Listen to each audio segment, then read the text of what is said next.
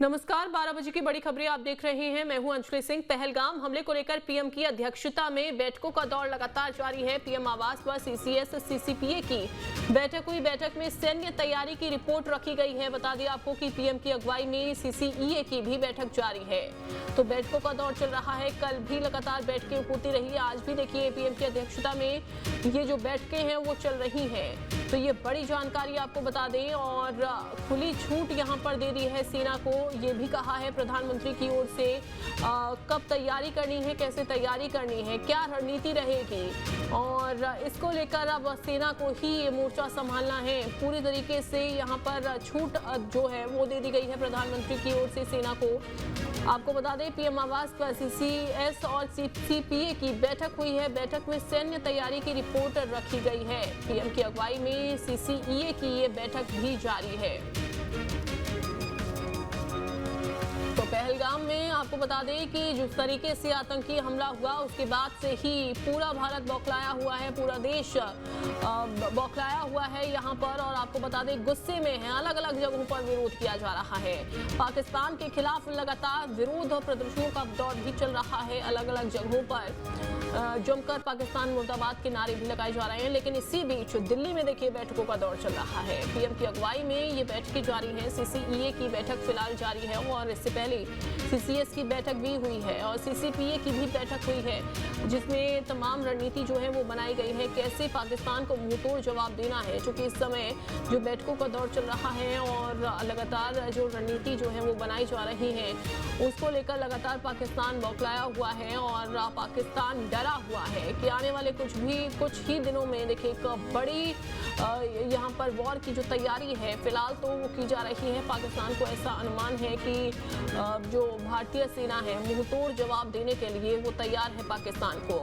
अब पाकिस्तान को डरने की जरूरत है, क्योंकि यहाँ पर पूरी तैयारी जो है पूरी रणनीति के साथ भारतीय सेना आगे बढ़ती हुई दिखाई दे रही है। लेकिन इसी बीच प्रधानमंत्री की अगुवाई में बैठकों का जो दौर है वो भी चल रहा है। पहलगाम में जिस तरीके से 26 लोगों की जान चली गई, आतंकियों ने जिस तरीके से हमला किया था, कायराना हरकत को अंजाम दिया, अब उसका मुंहतोड़ जवाब देने के लिए भारत पूरी तरह से तैयार है।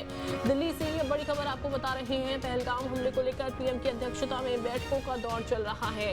बैठकें कल भी चली, कल भी बैठकों का दौर चलता रहा। और आपको बता दें कि देखिए पीएम की अगुवाई में सीसीईए की अब ये बैठक चल रही है।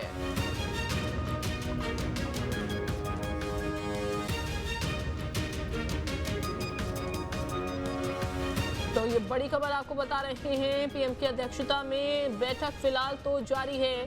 सीसीएस की जो बैठक है फिलहाल तो वो हो चुकी है और इसमें आपको बता दें कि देखिए ये दूसरी मीटिंग इस समय मानी जा रही है सीसीएस की। पहली मीटिंग पहलगाम अटैक के अगले दिन 23 अप्रैल को हुई थी। 22 तारीख को जब यह हमला हुआ उसके बाद सीसीएस की बैठक 23 अप्रैल को बुलाई गई थी। सीसीएस की बैठक के तुरंत बाद cabinet committee on parliamentary officers की अफेयर्स की मीटिंग बुलाई गई। इस कमेटी को सुपर कैबिनेट भी कहा जाता है। इसके बाद धार्मिक और आर्थिक मामलों की कमेटी और केंद्रीय कैबिनेट की बैठक भी होगी। आपको बता दें कि लगातार ये मीटिंगों का जो दौर है वो फिलहाल चल रहा है। कल भी मीटिंग हुई थी।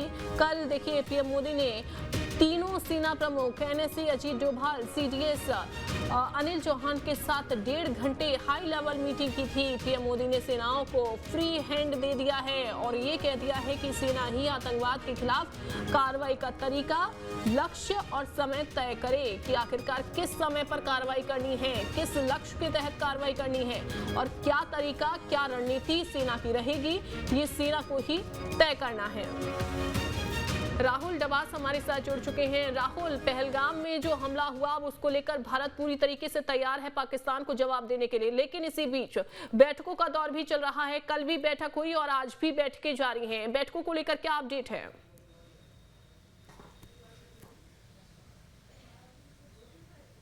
देखिए, सबसे पहले अगर कल की बैठकों के बारे में बात करें तो कल 2 बैठक हुई, एक गृह मंत्रालय में और दूसरी प्रधानमंत्री के आवास पर। गृह मंत्रालय में खुफिया agency, intelligence bureau, CRPF, BSF, तमाम जो सुरक्षा बल है अर्धसैनिक बल के तौर पर जो गृह मंत्रालय के अंतर्गत आते हैं, उन्हें खुली छूट दी गई, यानी वो किसी तरीके से भी कार्रवाई कर सकते हैं। जब हम बॉर्डर्स की बात करते हैं, पिलर पेट्रोलिंग की बात करते हैं और फेंसिंग गेट्स की बात करते हैं, खासतौर पर जम्मू कश्मीर फ्रंटियर और पंजाब फ्रंटियर की बात करें, उसके लगभग 5 घंटे के बाद शाम के समय बैठक होती है। प्रधानमंत्री नरेंद्र मोदी के आवास पर तीनों सेनाओं के अध्यक्ष रहते हैं और राजनाथ सिंह यानी रक्षा मंत्री भी, और तब भी सेना को खुली छूट दी गई कि वक्त जगह आप मुकर्रर करेंगे और पहलगाम का बदला लिया जाएगा। आज 3 बैठकें चल रही है। पहली बैठक इस वक्त हो रही है कैबिनेट कमेटी ऑन सिक्योरिटी को लेकर के, जिसमें विदेश मंत्री, रक्षा मंत्री, उसके अलावा गृह मंत्री, प्रधानमंत्री और फाइनेंस मिनिस्टर मौजूद रहेंगे। और उसके बाद एक बैठक होगी cabinet committee on economic affairs कि अगर जंग की स्थिति होती है तो पाकिस्तान का कितना फॉरेक्स रिजर्व है, महज $4 बिलियन, और भारत का फॉरेक्स रिजर्व है $584 बिलियन, यानी लंबे वक्त तक सस्टेन कर सकता है किसी भी स्थिति से निपटने के लिए भारत। इसके अलावा चाहे बीएससी, एनएससी हो या फिर डॉलर के खिलाफ भारत की रुपए की मजबूती हो, वो कैसे कायम रखना है किसी भी विपरीत परिस्थिति में, उसको लेकर बैठक होगी।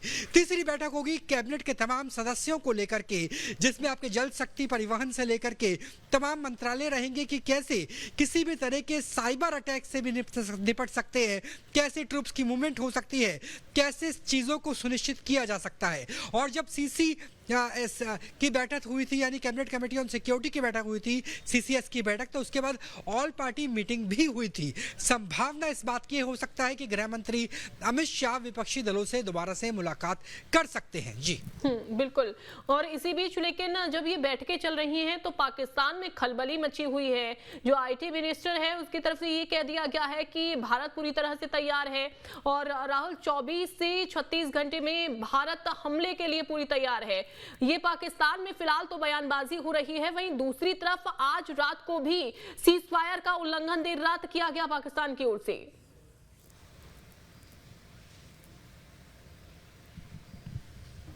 देखिए, 22 तारीख को पहलगाम में आतंकी हमला हुआ और 23 तारीख से लगातार सीज फायर वॉल्यूशन चल रहा है।